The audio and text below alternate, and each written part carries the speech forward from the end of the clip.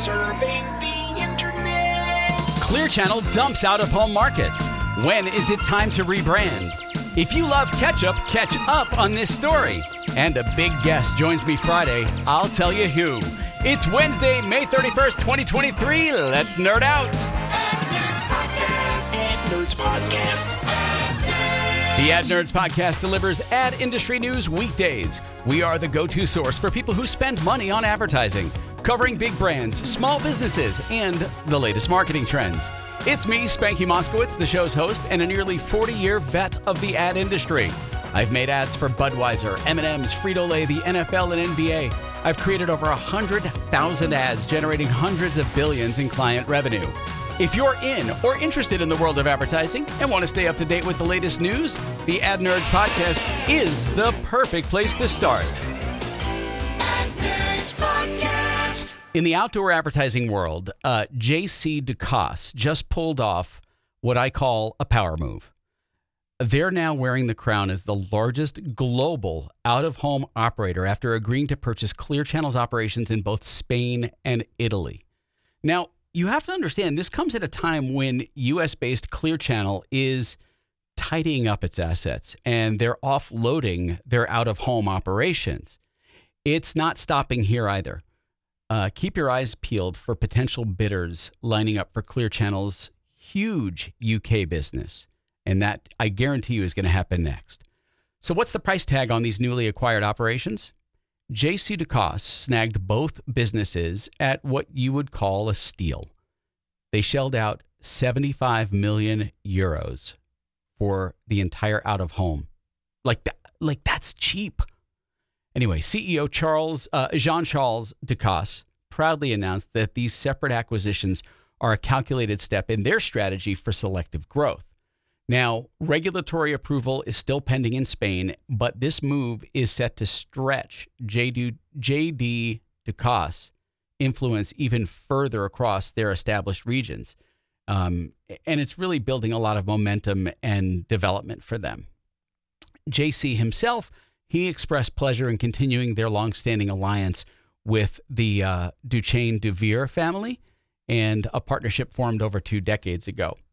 With the acquisition of Clear Channel Italy, Decaux is poised to boost IGP Decaux in a supercharged, very aggressive outdoor market. As for the game plan moving forward, both Decaux and Clear Channel squads are going to put their heads together and combine their expertise to meet or exceed the expectations of their advertisers, cities, citizens. It's all about crafting, service-driven, sustainable media more than ever for them, which may have you wondering when you should potentially buy out-of-home or outdoor media. There are a few times, and I'm going to list kind of like 6 things that you want to be thinking about or prepared for. When you want to reach a broad audience, out-of-home, billboards, buses, car toppers, excellent for reaching broad audiences, diverse audiences. If your target demographic is broad, or if you want to build brand awareness on a large scale, then out-of-home is a great choice. Also, if you are running digital campaigns, out-of-home is a great complement to those. They can work synergistically with digital advertising. And, you got to think about this. An eye-catching billboard will actually drive people to search for your business online. A memorable bus stop ad can make your online business more recognizable. Number 3, high traffic areas. If your business is in a location where there's a lot of pedestrian traffic or vehicle traffic, out-of-home advertising could be hugely beneficial to you. Banners, billboards, transit ads, street furniture ads, they reach a huge number of people that are on their daily commutes. So don't discount them. 4th, if you have a local business, out-of-home could be great for that. Especially, so local businesses can really benefit from this. If you strategically place your advertisements in areas where your target consumers live, work, visit regularly, this really helps increase your brand recognition, but it also drives foot traffic to your business. 5, when you have a clear, simple message, One of the advantages of out-of-home advertising is that it allows for concise, creative messaging. If your brand message or campaign idea can be effectively communicated in a brief visual format, out-of-home advertising is great for that. Just look at what I've done. There's some new stuff that are on the Ad Zombies website, like the Uni ad, the ad for Chevy. Take a look at the outdoor creative that we're doing right now. Like, that is clean, captivating stuff. Okay, finally, 6, events and sales. Out-of-home advertising is an incredible option for promoting time-limited events, sales, because you can buy brief periods of time blocks for those events. And it's because outdoor media has a high frequency, meaning a lot of eyeballs are going to see it as people go through their day. And so you're going to reach people a lot. You're going to reach them multiple times, and it just builds that message. Remember, just like any form of advertising, the effectiveness of out of home is really driven by a few factors. Your location, right? Location of the ads is critical. You put it in a low volume area, the ads aren't going to do much. The business or industry you're in, but most critically, the quality of your ad design. And by the way, my team and I can help you with that last one. Just thought I'd mention that. Ad Nerds Podcast. Rebranding isn't a decision to be taken lightly. And Dannon is shaking things up in the yogurt aisle. They're pushing the boundaries with their light and fit yogurt. The rebranding strategy is all about transforming a product, creating a vibrant new image, and they're pulling out all the stops to make it happen. So first, Dannon is redefining its image as a hip, cool brand. Well, what do you think about their offer? I think you can never have too many zeros.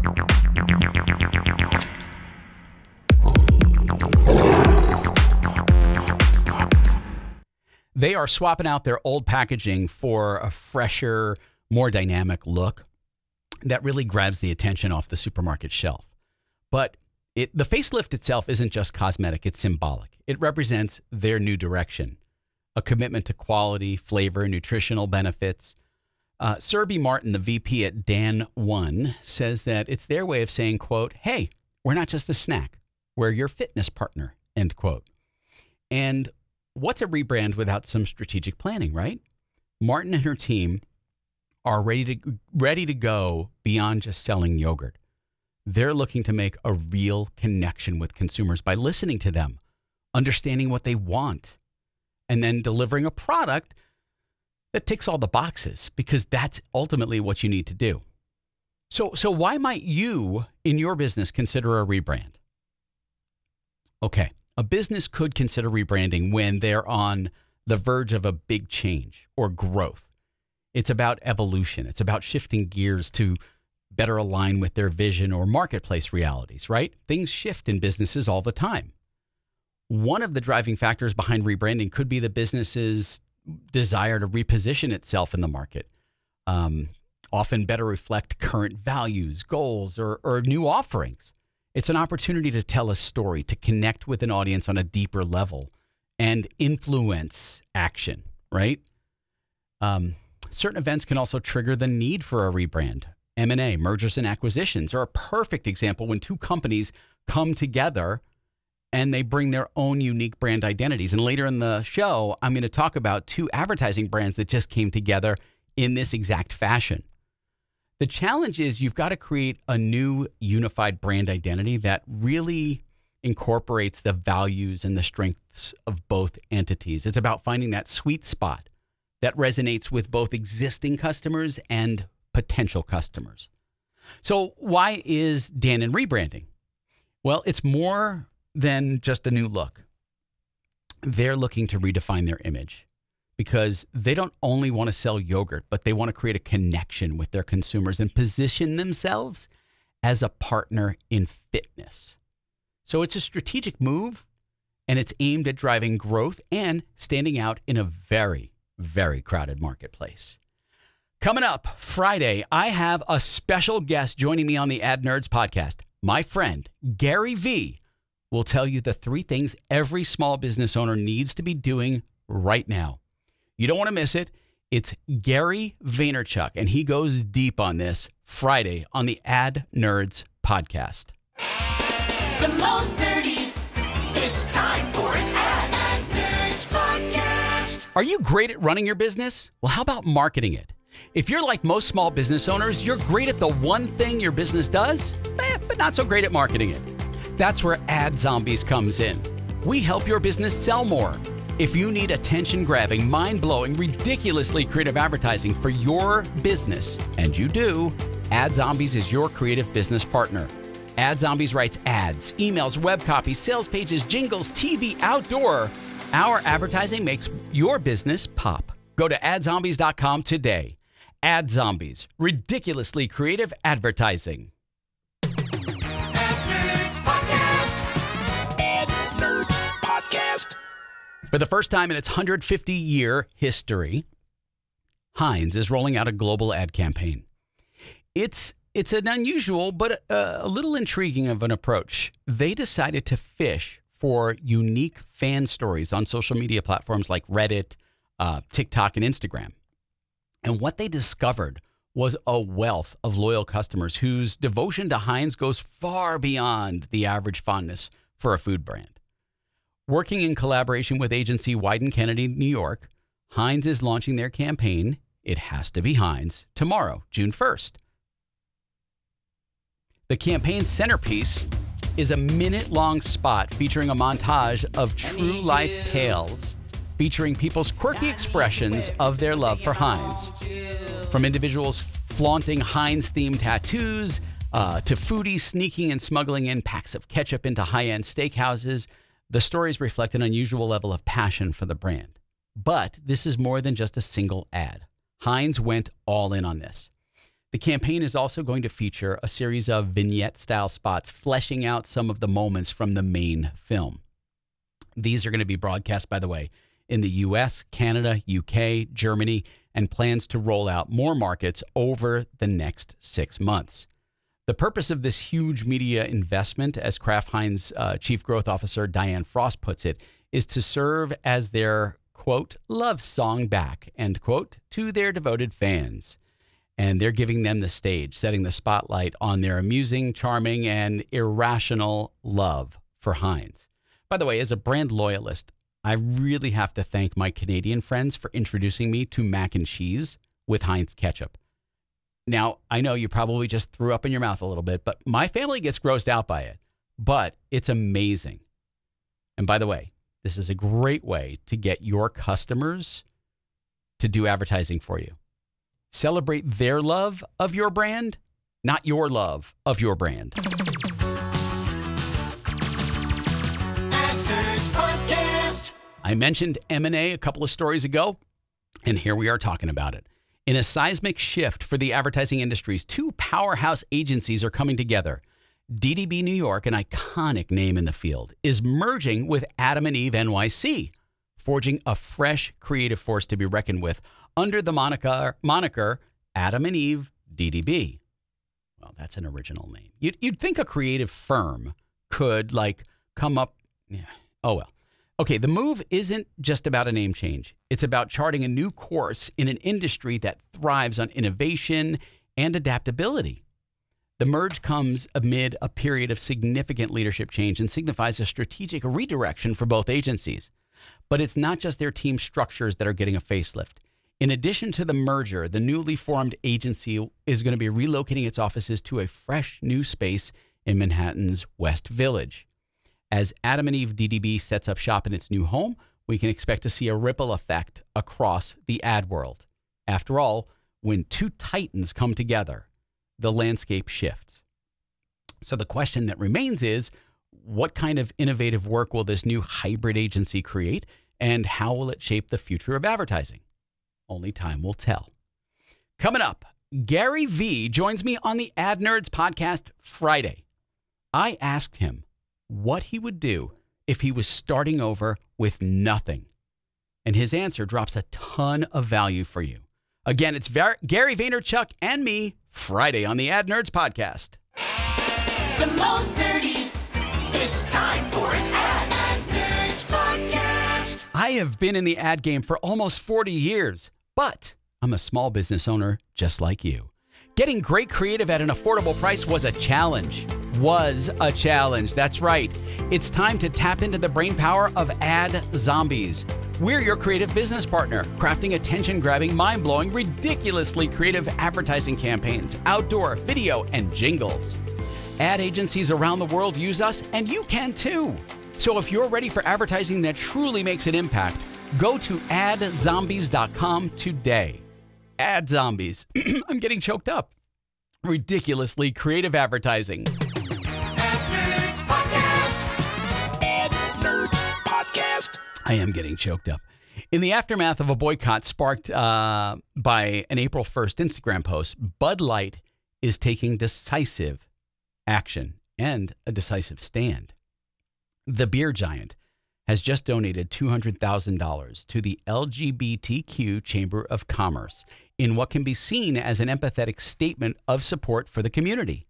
The backlash began following a post from transgender influencer Dylan Mulvaney, leading to a conservative-led boycott against the brand. Yet, Bud Light has demonstrated that it remains undeterred, and this really is a testament to that resilience. In donating to the LGBTQ Chamber of Commerce, Bud Light is not just responding to the boycott, but they're actively investing in the LGBTQ community. The financial support will provide a boost to the LGBTQ businesses and entrepreneurs, underlying Bud Light's commitment to diversity and inclusion. Now, amid the controversy, the company is stepping up and using its resources to affect tangible change in society. So what's evident here is a shift in how brands navigate social issues. See, it's no longer content with just offering statements. Companies like Bud Light are showing that they're willing to put their money where their mouth is. It's really the kind of active involvement that signals a profound change in the corporate world's approach to social activism. And it's one that goes beyond symbolic gestures and strives for real, impactful action. Finally, ending the show. I will be off tomorrow for some more medical tests and probing, but Friday is an episode you don't want to miss. I've been telling you about it throughout the show today. Listen to the Ad Nerds podcast this Friday when Gary Vaynerchuk joins me to talk about branding, advertising, and marketing, and the things your business should be doing right now. It is an episode you don't want to miss. That's Gary V. Friday. Hey, if you like the Ad Nerds podcast, please subscribe on Apple, Spotify, or wherever you listen. Give it a 5-star rating and a great review, and teach me how to use my finger. I'd appreciate that. It's the Ad Nerds podcast for Wednesday, May 31st, 2023. Spanky out. Thanks for listening. I'll catch you Friday with Gary V.